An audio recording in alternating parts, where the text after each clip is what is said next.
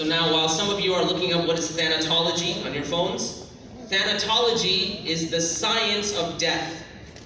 And specifically from a Western framework, it's the science of what happens when someone dies and of the remains, the body. So it's the science of the body, what remains of the body. It's the science of what happens to the ones that are left behind. And if we talk about Muslim thanatology, we're talking about, in addition to that, the journey of the soul. So if you're wondering where does the topic come from, where or will my cat eat my eyes out, it's actually the title of a book by Kathleen Doty, and she's a mortician. So a mortician, someone that deals with dead bodies after they pass away. They basically give them the bombing, they dress them up so people can come to the funeral. And she says that when she speaks on this topic, first of all, it's very uncomfortable. You walk into a room and said, "Hello, I'm a mortician. I'm going to talk to you today about death." Right? She says it's very uncomfortable. She says, but what makes it more comfortable, or makes it a little more comfortable, is when you have children in the audience. Because children have no filters. So they will ask the most craziest questions when it comes to dead bodies. One of those questions, will my cat eat my eyes out when I die? Like, what happens to my body? And in her book, she has a number of other questions. So one of those questions, what would happen to you if you die in outer space as an astronaut? What happens to the body? What happens if you're on a plane and somebody dies? What happens to the body? Just as a quick response here, we sometimes, if you're on a flight and the person next to you dies. So you may expect that they have some sort of compartment in the back where they're going to take the dead body and put it there. They don't. Simply what will happen is they're going to take a nice sheet and put it on top of the person. And if the flight is booked solid, you're going to have the next 14 hours on that flight, depending where you're going, sitting next to a dead corpse. Okay? Anyway, thanatology, you've got to love it, right? Alright, let me come back to the hadith that I was mentioning. Make much mention of the destroyer of delights, al-maut. Now, I'm going to basically talk about 3 specific points. Number 1, the idea that since most of us have heard this hadith before, there are certain philosophical realities that perhaps we have not thought about. That's the first area that I wanted to look at. Number 2, there are certain spiritual implications that even though you've heard the hadith, that perhaps you haven't thought about or perhaps you haven't inculcated within yourself. And number 3, because this is my area of expertise, you can say, is from the realm of da'wah, calling non-Muslims to Islam. Because I have a certain thesis in this regard, and that is that one of the most underutilized tools when you're calling non-Muslims to Islam is speaking about death. Right? So if you know, I work for an organization called ICNA, Islamic Education Research Academy. And we have a little da'wah mnemonic, which is called the Go Rap. So how do you introduce someone to Islam? Well, you give them this quick God's existence, His oneness, His revelation, and prophethood. Go Rap. Okay? So when we teach this class, people are trying to learn the mnemonic. God's existence, oneness, revelation, and prophethood. But we always tell them, don't get caught up with the mnemonic. Because you don't want to be in the middle of a session, and now that we've spoken about revelation, you think, what was the A? It was and. So I told the brothers back in the UK who formulated this, I said, why not replace the A instead of and? Why don't you make it akhirah, or afterlife? Because the thing is, the power of bringing someone to an existential reality when you speak about death is phenomenal. So we were in New York some time ago, about 2 years ago, and we were doing what's known as street da'wah. And this is a certain Union Station, if you know about New York. And to make things even more exciting, we were doing it on Halloween. So I want you to imagine all of us bearded brothers, okay, with our da'wah stall on Halloween.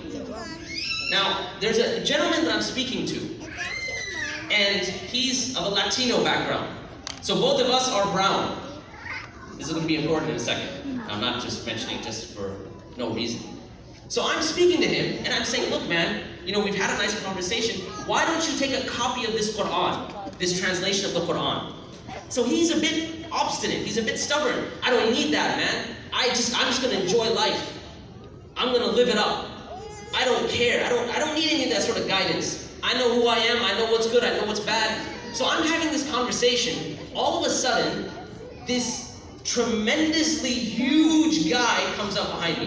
When I say huge, I don't mean huge just compared to me. I'm short. But meaning even compared to tall people, he was big. Like this broad and very tall. Okay? And so he comes and he says, "Hey man," screaming, and like he's really mad. And so he says, "Hey man." I turn around, I said, "Yeah, can I help you?" He says, "You guys are Muslim, aren't you?" I said, "Well, that's what the stall says, right?" So he's like, "You know what? I came back from Iraq a couple years ago, and I killed people just like you.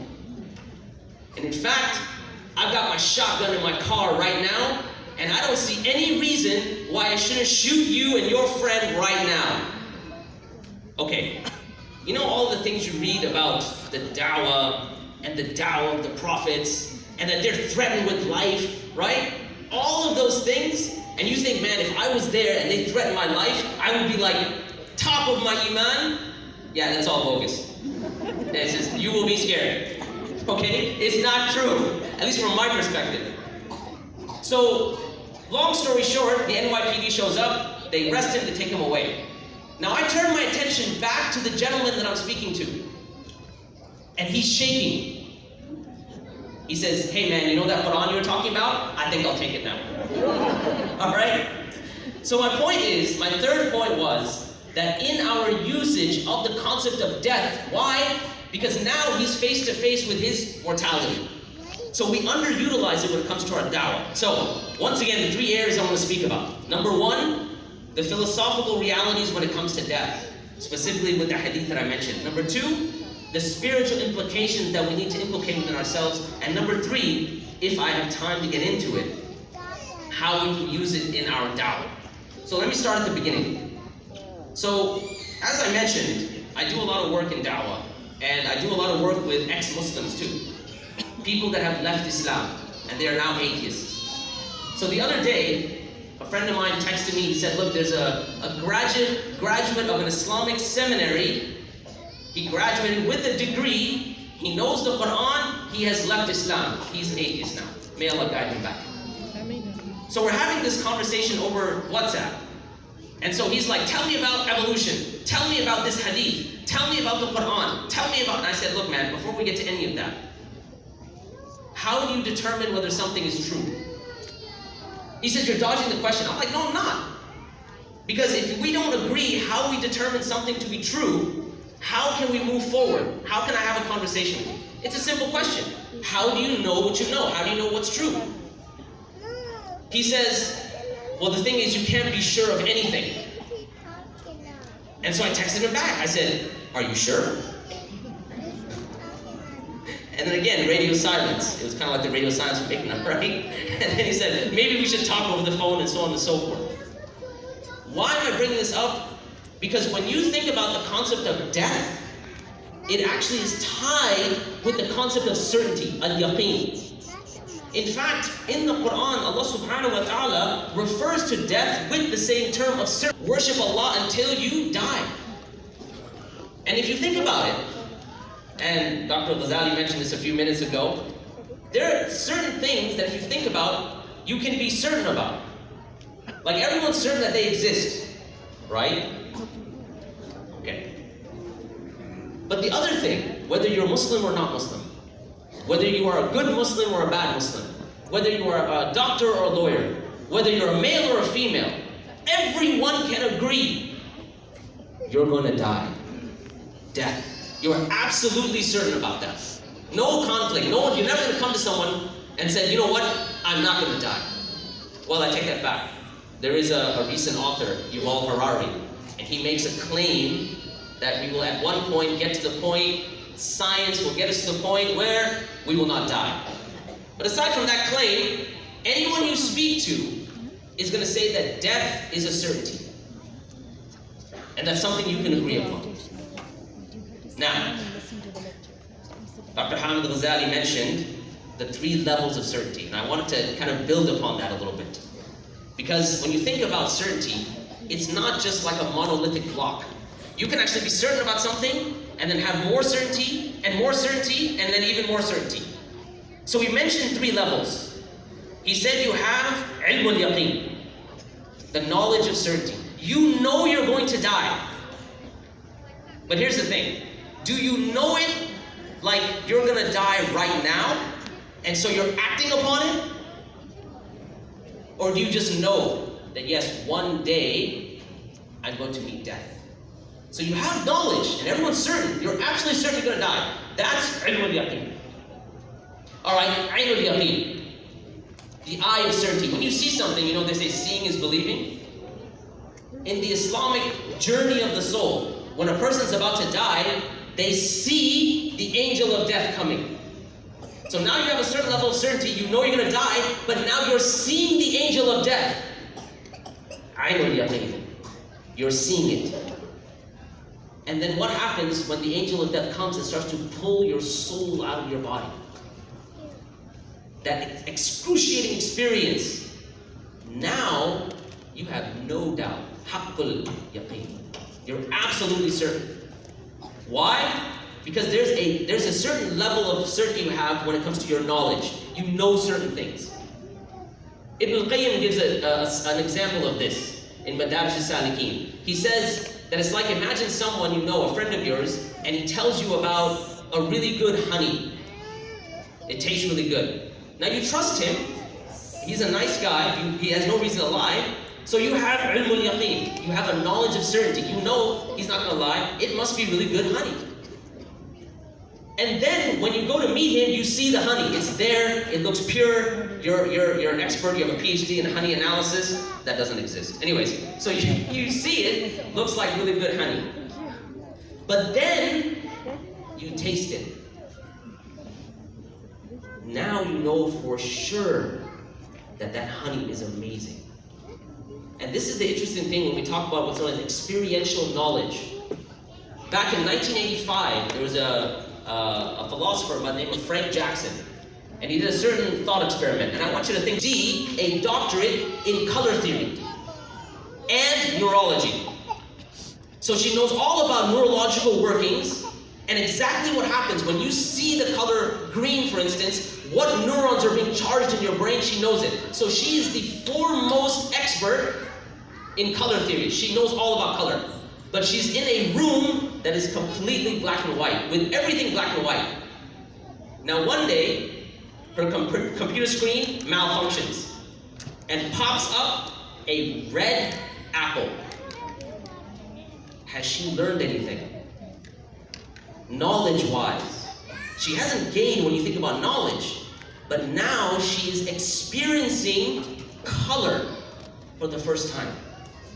So what we're seeing is that there are levels of certainty. One is the knowledge of something. Number 2, seeing something. The other is actually experiencing it. And I'm sure you've been through this yourself. Like if you ever went for Hajj or Umrah, you've seen the Kaaba. Someone could describe it to you. But you seeing it for yourself is a completely different dynamic. So you have these 3 levels of certainty. Now, if that is the case, and Ibn al-Qayyim mentions this, that means haqqul yaqeen is the highest level of certainty, experiential knowledge. And he says in this dunya, the only ones to have experiential knowledge or haqqul yaqeen are the messengers. The human being doesn't actually have it when it comes to, obviously, death. Why? Well, here's why. Because if you think about the Prophet ﷺ, and the quintessential example of this is the night journey of the Prophet ﷺ. When he goes and he sees what? He sees Sidratul Muntaha. He sees all those things that he had, he was trying to describe in words. This tree that you would ride for months and months and you wouldn't get to the end of it. Using human language to describe the phenomena that he's seeing. He saw Jannah. He sees, sallallahu alaihi wasallam, an-nar, the fire. So for him, sallallahu alaihi wasallam, he has experiential knowledge at the highest level. His yaqeen is at its maximum. And so little wonder you have the Prophet ﷺ, he says, by him in whose hand is the soul of Muhammad sallallahu alaihi wasallam. And maybe you've heard this before too. But look at it from this context now. By him, in his hand is the soul of Muhammad sallallahu alaihi wasallam. لَوْ رَأَيْتُ مَا رَأَيْتُ. If you saw what I saw, you would laugh little and cry much. Why? Because he has now reached that level of yaqeen, sallallahu alaihi wasallam, where he has seen things that he can only describe to us. And by the way, in the narration, someone asked him, so what did you see? So he says, Ra'ayt, he goes, Ma ra'ayta ya Rasulullah. What did you see, O Messenger of Allah? What does he say?